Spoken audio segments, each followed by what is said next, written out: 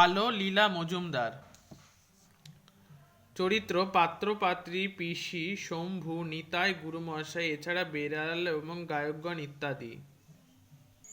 12 বছর বয়স হলো, তবু শম্ভুর মন থেকে ভয় যায় না। বনের ধারে শম্ভুর দাদুর ঘর, তার চারিদিকটি ভয় দিয়ে ঘেরা। দিনের বেলাতে বনের ভিতর ছায়া ছায়া, সরাত সরাত, নিঝুম, চুপচাপ। সারা রাত বনের মধ্যে কিসের চলাচলের শব্দ, খসখস, ফসফস, মটমট, ফোঁস। পাতার ফাঁক দিয়ে বাতাস বয় শো শো। চোখে কিছু দেখা যায় না, সব অন্ধকারের আলকাতরা মেখে অদৃশ্য হয়ে যায়। তারই মাঝে মধ্যে একজোড়া জ্বলে ওঠে দপ দপ করে লাল, সবুজ, নীল তার রং। আর শম্ভু ভয়ে কাঠ হয়ে যায়। গাছের ডালে কিসের যেন ডানা ঝাপটায়, ঝাপুর ঝাপুর। শম্ভু দুই কানে আঙুল দিয়ে মাথার ওপরে চাদর টেনে চুপ করে শুয়ে থাকে। দাদুর কথাই ভয় ভাঙে না, পিসির আদরে মন ভাঙে না। দিনের বেলায় গুরুমশাইয়ের পাঠশালায় সে দুরন্ত ছেলে, রাতে সে হয়ে যায় ভয়ে কাদা। একদিন ঝোড়ো সন্ধ্যাবেলায় পিসি ভেবে ভেবে সারা। পিসি: ও শম্ভু, অন্ধকার হয়ে গেল, এই ঝড় উঠলো বলে, কিন্তু তোর দাদু এখনো ফিরল না। যা বাবা, লণ্ঠনটা নিয়ে একটু এগিয়ে। শম্ভু: ও বাবা, সূর্যি ডুবে গেছে, কতক্ষণ সে আমি পারবো না, দাদু এক্ষুনি এসে পড়বে। কি জানি রে বাবা, এত তো রাত কখনোই করে না একবারটি। যা বাপ। শম্ভু: আমার আমার বড় ভয় করে। কিসের ভয় শম্ভু? বনের ভয়, অন্ধকারের ভয়। ও পিসি, ও কি কথা শম্ভু? যে বন আমাদের খাওয়াই পড়ায়, সেখানে থেকে আমরা বুড়ো বাবা গাছওয়ালা ওষুধ, আঠা, মধু খুঁজে আনে, সে যে আমাদের মা বাপ, তাকে ভয় করলে চলবে? শম্ভু: তোমার ভয় করে না পিসি? তুমি যাও না কেন লণ্ঠন নিয়ে? আমি পারবো না, অন্ধকারে আমার ভয় করে। পিসি রেগে গিয়ে: আমার পায়ে বাত না থাকলে আমি যেতাম। দেখি একটু দোরটা খুলে দেখি।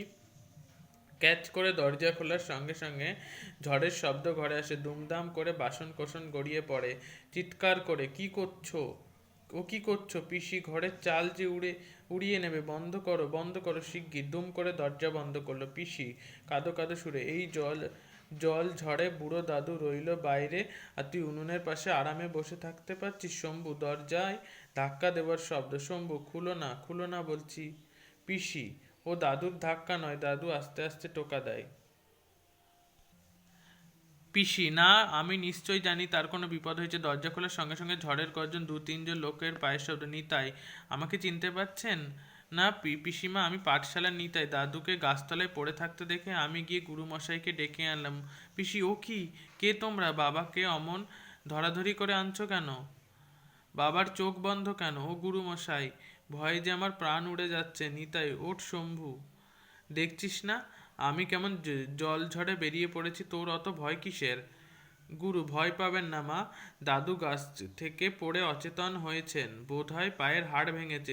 কোনো ভয় নেই মা, আমি ওষুধ বলে দিচ্ছি। শম্ভু টোকা মাথায় দিয়ে এক দৌড়ে এনে এনে দিক, দাদু ভালো হয়ে যাবেন। শম্ভু: পিসির পিছনে লুকোচ্ছিস যে বড়, এদিকে আয়, ওষুধ আনতে হবে। পিসি: ও ছেলে মানুষ। গুরু: কিসের ছেলে মানুষ? 12 বছরের বুড়ো ছেলে, আমাদের যা করবার আমরা করেছি। এখন শম্ভু যাক। আপনাদের বাড়ির পিছনেই শুশনি পাহাড়ের মাথায় হাড় ভাঙা পাতার গাছ, আর পাথরের গুহাতে লাল মধু উপচে পড়ে, পাথরের গা বেয়ে গড়াচ্ছে। ওই পাতা বেটে মধুর সঙ্গে মিশিয়ে লাগিয়ে দিলেই ব্যথা সেরে যাবে। তবে সাবধানে, দেরি করলে পা ফুলে ঢোল হয়ে যাবে, তখন ওষুধের গুণ ধরবে না। 2 ঘন্টার মধ্যে ওষুধ লাগাতে হবে। আচ্ছা, আমরা চললাম। শম্ভু বেরিয়ে পড়ল। জল ঝড় কমে এসেছে। এই এই বেলা পথ ধর। দরজা খুলে প্রস্থানের শব্দ। দরজা বন্ধ। পিসি: ও কি রে শম্ভু, মুখ ঢেকে শুয়ে পড়লি যে বড়? শুনলি না 2 ঘন্টার মধ্যে ওষুধ লাগালে ওষুধের গুণ ধরবে না, না লাগালে? শম্ভু: না ধরুক, কাল ভোরে উঠে এনে দেবো, এখন আমি বেরোতে পারবো না। বুড়ো দাদু অসাড় অচেতন হয়ে পড়ে থাকে। পিসি ও তার তার পাশে মুখ গুজে বসে থাকে, কেউ কথা কয় না।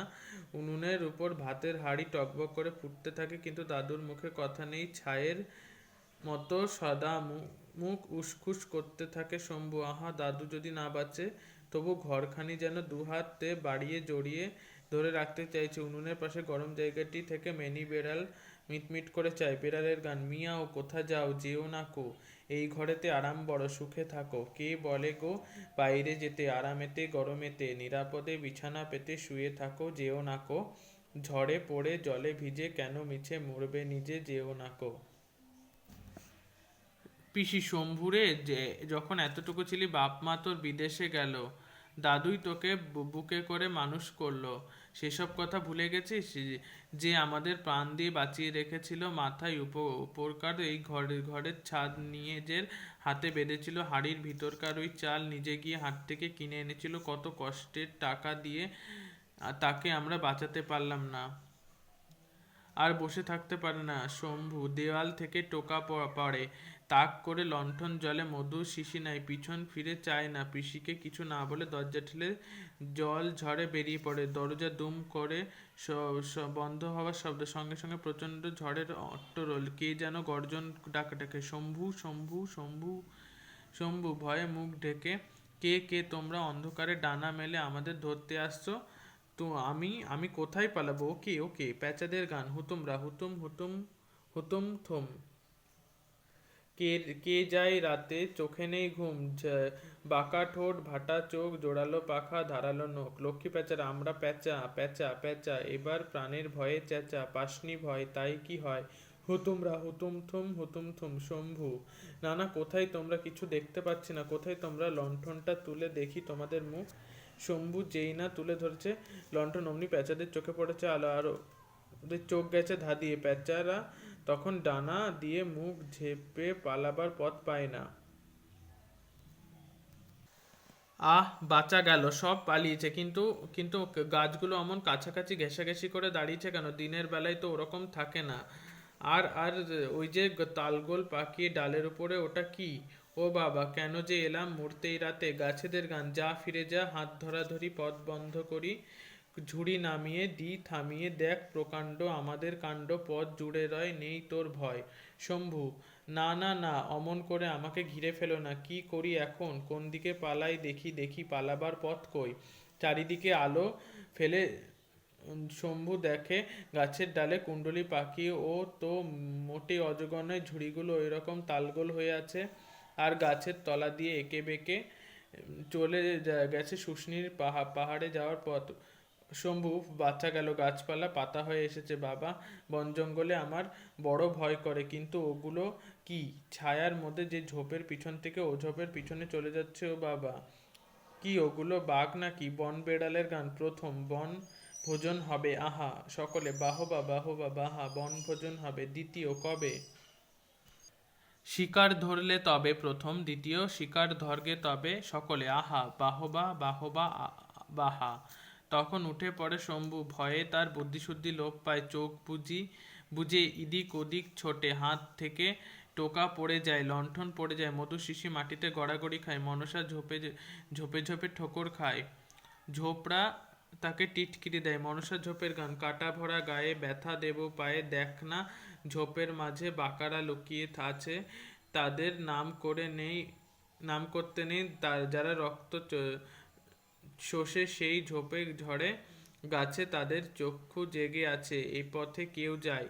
হোঁচট খেয়ে আবার পড়ে যায় শম্ভু, হাতের তলায় মধু শিশি খুঁজে পায়, ভয়ের শেষ প্রান্তে পৌঁছে আবার টোকা তুলে নেয়, লণ্ঠনটাকে উঁচু করে ধরে, অমনি চারিদিকে সরসর